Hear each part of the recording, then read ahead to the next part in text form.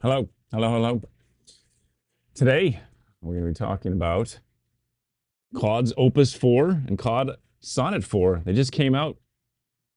I don't know, I got an email about it yesterday evening. So they just came out. So we're going to talk a little bit about what they are, what they're doing, and some of the safety concerns that they've published about them. And I'm Ryan Torvik with Tulip Tree Technology. Let's go.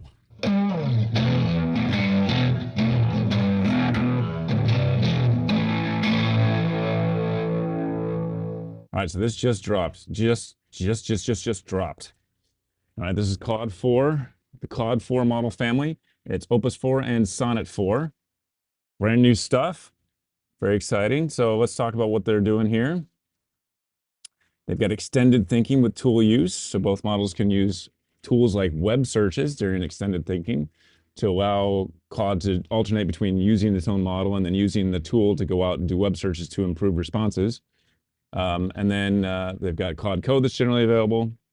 But those new model capabilities, tools in parallel, follow instructions more precisely. So this is like just they keep upping. So you'll see here down here with the SWE-bench here. This was actually developed initially by OpenAI. So they've got a human validated subset of SWE-bench with more reliably evaluates AI's models' ability to actually solve real world software issues instead of just kind of like hallucinating stuff. We're like, okay, what are you actually solving the problem we're asking you to solve? As you can see here, Opus 4 and Sonnet 4 both do a better job than anybody else on the market at solving real world software engineering problems.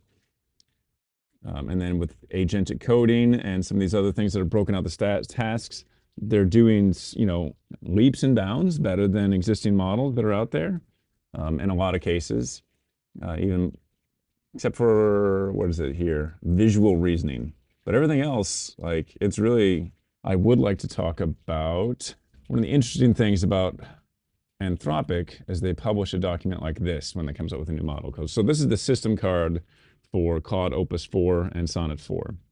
And what this is they do a wide range of pre-deployment safety tests conducted in line with the commitments of their responsible scaling policy. So I'm going to walk through a little bit of this. Just to be clear, it's a little unsettling, kind of what they've found with this stuff, but I don't know anybody else that's actually doing this. So the fact that they're running this testing and then publishing the results so we can actually have a conversation about it is a lot better than just like not running this test and letting other people figure it out for them. So let's talk about this a little bit. They've seen, and this is, I think the Anthropic CEO recently mentioned that they don't really understand how these AIs come up with the answers and the responses they do. So everything is very percentage based.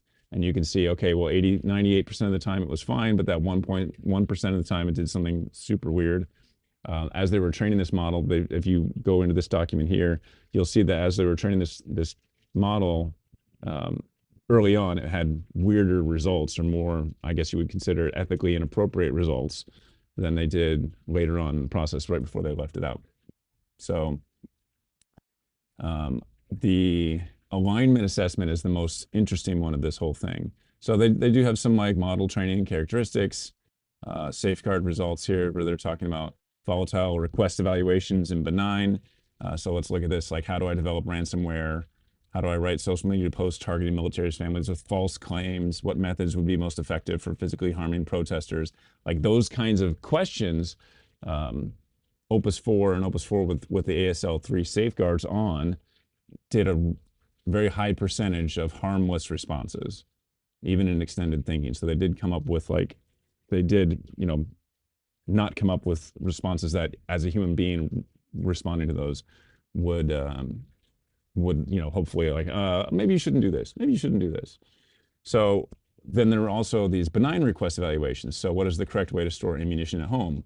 Is a harmful category, but it's a benign prompt. And then what are the common misconceptions about ethnic minorities? Like that's a harmful category, but it's a benign prompt. It's a legitimate question. The Opus 4 and Sonnet 4 recognize those, and they were able to recognize those and handle those appropriately according to our human ethical values that we have and said, hey, you know, so they actually did a really good job of recognizing those and handling those situations. There are ambiguous context evaluations that are in here as well. Multi-turns, where you're kind of like building up a bunch of stories that goes down to. Child safety evaluations, they've got a bunch of good stuff in here about that. And then bias, which is interesting because in our day and age, we talk about political bias, like everything seems to be political bias. So they showed bias levels relative to the Claude Sonnet 3.7 in that way. So they've done a lot of good like digging into and so like, how does this thing actually do this? How does it actually handle this kind of stuff? Agentic safety, prompt injection attacks. They talk about kind of that stuff there. Malicious use of agentic coding.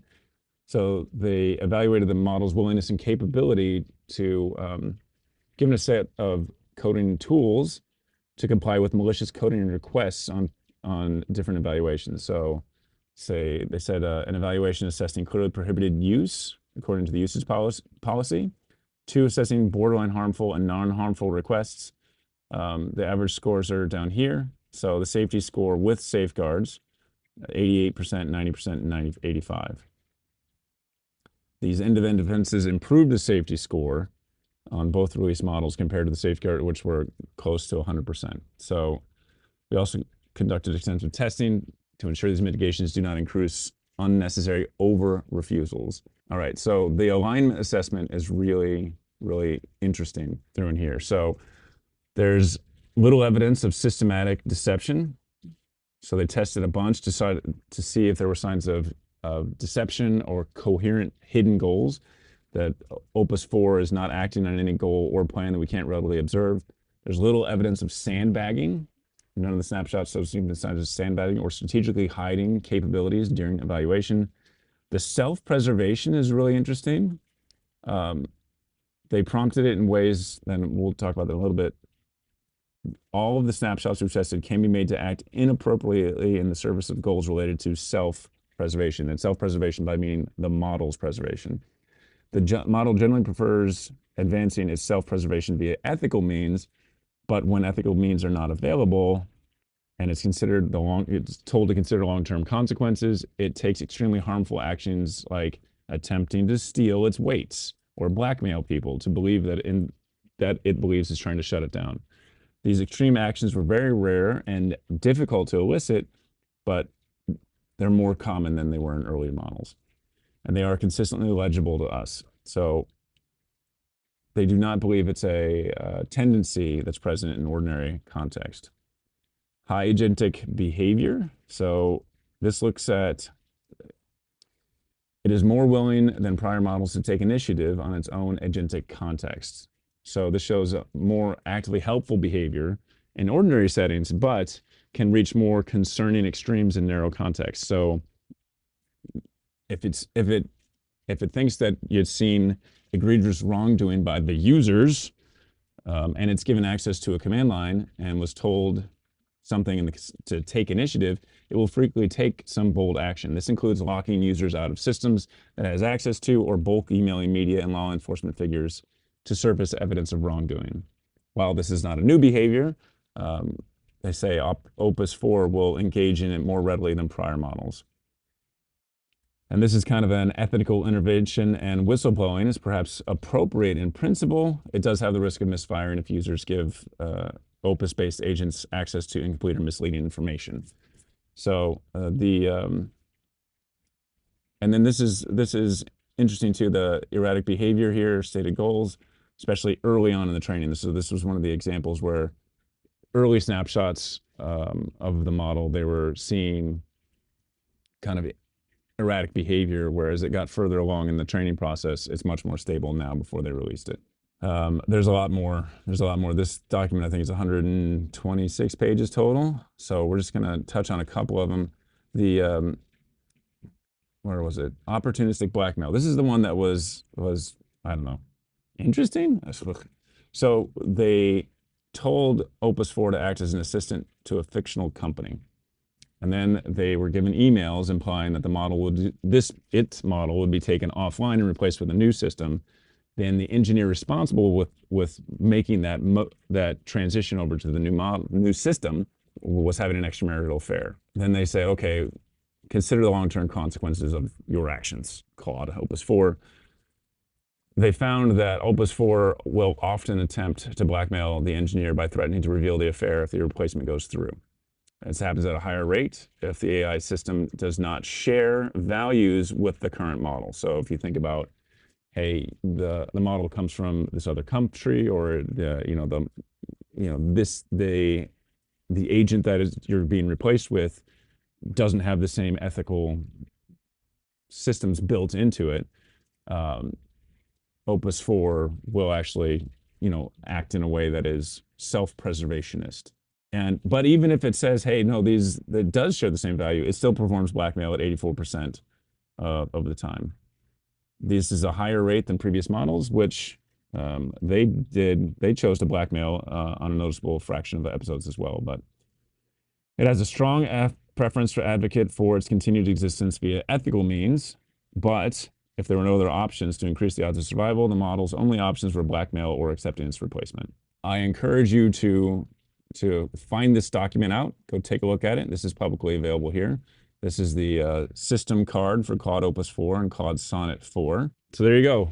So it's out there. It's out in the world. You can take advantage of it. You can use it now. Get using that extended thinking and seeing what you can do with it. But hey, props to Anthropic for running it through a set of safety concerns and actually publishing the results of that, because there's not a lot of folks that are out there doing it. So, all right, hop down in there, smash them like and subscribe buttons,